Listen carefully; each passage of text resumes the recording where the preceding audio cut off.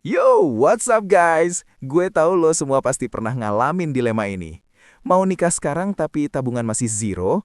Atau mau mandiri dulu sampai financial freedom tapi takut dibilang, udah tua kok belum nikah?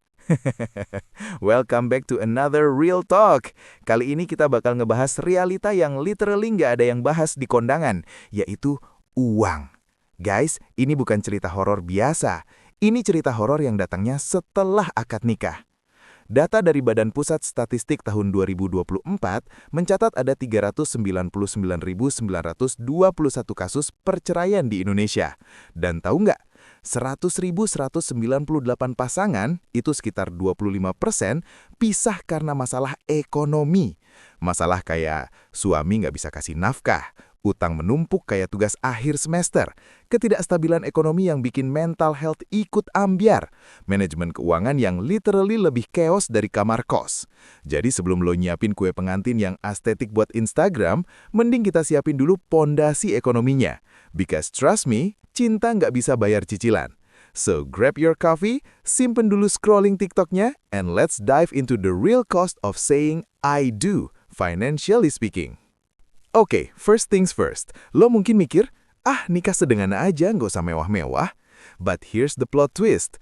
Menurut riset dari iPrice dan beberapa sumber wedding planner tahun 2025-2026, biaya pernikahan kelas menengah di Indonesia itu rata-rata bisa mencapai 100 juta sampai 191 juta rupiah loh.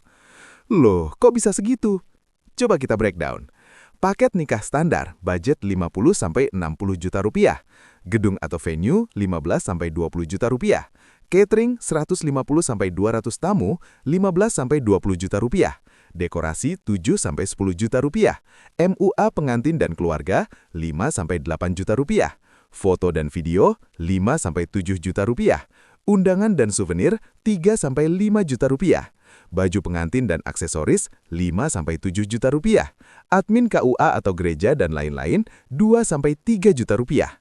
Dan ini belum termasuk honeymoon loh guys. Belum hantaran, belum seserahan, belum mahar. Sekarang pertanyaannya, lo punya duit segitu? Kalau belum, let's do the math. Skenario 1, nabung biasa tanpa investasi. Target 60 juta rupiah. Nabung per bulan 1 juta rupiah. Waktu yang dibutuhkan 5 tahun. Skenario 2, investasi dengan return 10% per tahun. Target 60 juta rupiah. Investasi per bulan Rp750.000. Waktu yang dibutuhkan 5 tahun, tapi lebih cepat karena compound interest. Skenario 3, boost mode, aggressive saving. Target 60 juta rupiah, nabung dan investasi per bulan 2 juta rupiah. Waktu yang dibutuhkan 2,5-3 tahun. So guys, pilihan lo cuma 2. 1, tambah penghasilan dan investasinya. 2, tunda mimpi lo. Or, option ketiga yang paling bahaya, utang konsumtif. Dan trust me, ini adalah red flag terbesar dalam financial planning. Oke, congratulations. Lo udah nikah, resepsinya bagus, fotonya estetik. Tapi guys, the real game starts now. Karena setelah akad, yang datang bukan cuma tamu undangan, tapi tagihan bulanan yang gak pernah absen. Let's talk about the elephant in the room, biaya hidup sebagai pasangan baru. Menurut data dari beberapa sumber termasuk Deals dan Mamikos tahun 2026, ini dia realitanya. Jakarta, kota termahal nomor 1, biaya hidup rata-rata 14,88 juta rupiah per bulan. UMP Jakarta 2026, 5,72 juta rupiah.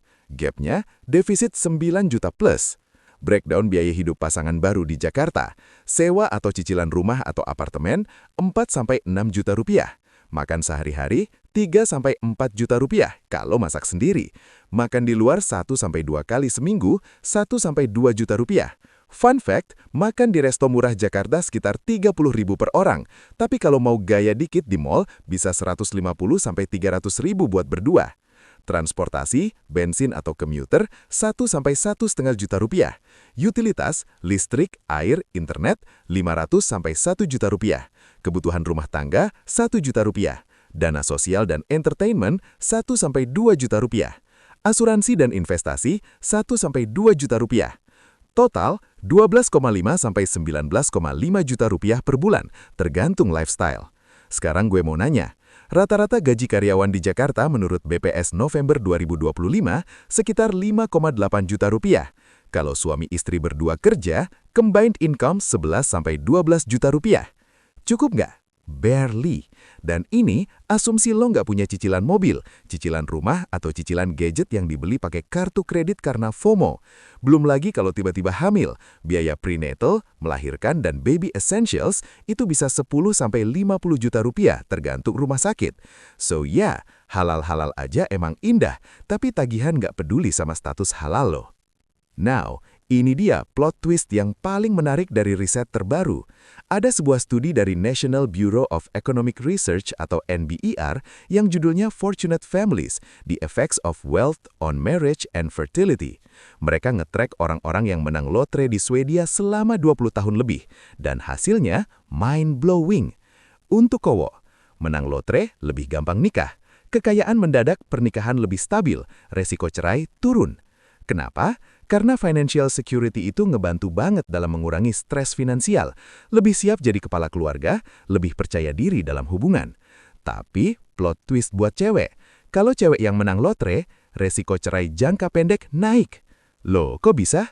Menurut peneliti, ini karena kekayaan mendadak memberikan financial independence. Cewek yang tadinya stuck di hubungan toksik atau nggak sehat karena ketergantungan ekonomi, sekarang punya tiket keluar. Mereka literally punya power untuk bilang, I don't need to settle for less. Tapi long term, nggak ada efek signifikan. Meaning, kalau pernikahannya memang solid, uang nggak akan bikin cerai. Lesson yang bisa kita ambil, 1. Financial stability matters, terutama buat cowok yang secara culture masih diharapkan jadi breadwinner. 2. Financial independence buat cewek itu penting, bukan buat ninggalin partner, tapi buat punya pilihan dan nggak stuck di toxic relationship. 3. Uang bukan jaminan kebahagiaan, tapi bisa mengurangi masalah yang disebabkan oleh ketiadaan uang. Jadi buat lo yang masih galau nikah dulu atau mandiri dulu, jawabannya adalah mandiri dulu baru nikah, or at least punya plan finansial yang jelas. Alright, sekarang kita masuk ke bagian paling penting, how to actually plan your finance before and after marriage. Ada rumus simple yang bisa lo pakai namanya formula 10, 20, 30, 40. Ini breakdown penghasilan bulanan yang ideal. 10% dana sosial, zakat, sedekah, charity, kado nikahan teman, yes, ini nggak akan berhenti, urusan keluarga besar. 20% investasi dan asuransi, reksadana, saham, emas, asuransi kesehatan dan jiwa, must have kalau udah berkeluarga, dana pensiun, 30% cicilan atau utang maksimal. Warning, jangan sampai lebih dari 30%, ini debt trap zone. 40% biaya hidup, makan, transportasi, kebutuhan sehari-hari, utilitas, lifestyle spending.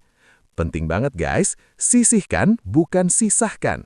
Artinya, salahnya gaji datang, belanja dulu, sisanya baru ditabung. Benarnya, gaji datang, langsung potong 20% untuk investasi, sisanya baru dipakai. Formula ini nggak rigid ya guys, bisa disesuaikan. Contoh, kalau belum punya utang, 30% untuk utang bisa dipindah ke investasi. Kalau lagi kondangan season, dana sosial bisa naik jadi 15%. Survival kit nomor 2, dana darurat. Ini wajib hukumnya sebelum menikah. Rumusnya, single, 3-6 bulan pengeluaran bulanan. Married without kids, 6-9 bulan. Married with kids, 9-12 bulan. Dana darurat ini buat PHK mendadak, sakit atau emergency medis, kehilangan income sementara, perbaikan rumah atau kendaraan mendadak. Survival kit nomor 3, bedakan utang produktif versus konsumtif. Utang produktif, benar. KPR rumah, aset naik nilainya. Modal usaha, menghasilkan income. Pendidikan, meningkatkan skill sama dengan income. Utang konsumtif, salah. Cicilan gadget karena FOMO, cicilan liburan honeymoon mewah, cicilan biaya pernikahan demi gengsi. Red flag terbesar, nikah pakai utang konsumtif. Guys, kalau lo harus utang buat pesta pernikahan yang cuma 6-8 jam itu bukan pernikahan yang smart. Itu ego trip yang bakal bikin lo stres bertahun-tahun. Better nikah sederhana tapi punya dana darurat 30 juta rupiah, daripada resepsi mewah tapi utang 50 juta rupiah. Alright, sebelum kita closing, gue mau share 2 mindset yang wajib lo punya. Mindset nomor 1, Morgan Housel, The Psychology of Money.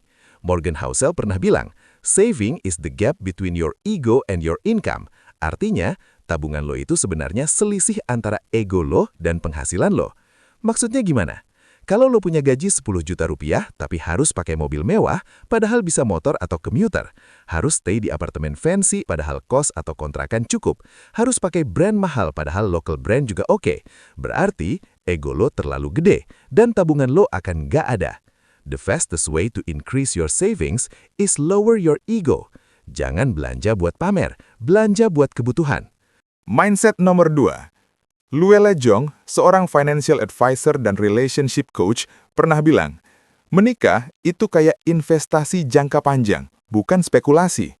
Artinya, lo nggak bisa expect instant profit, butuh deposito harian berupa perhatian, komunikasi, dan kerja sama tim. Bukan cuma soal uang, tapi juga time, energy, dan emotional investment. Dan sama kayak investasi, pernikahan perlu portofolio diversifikasi.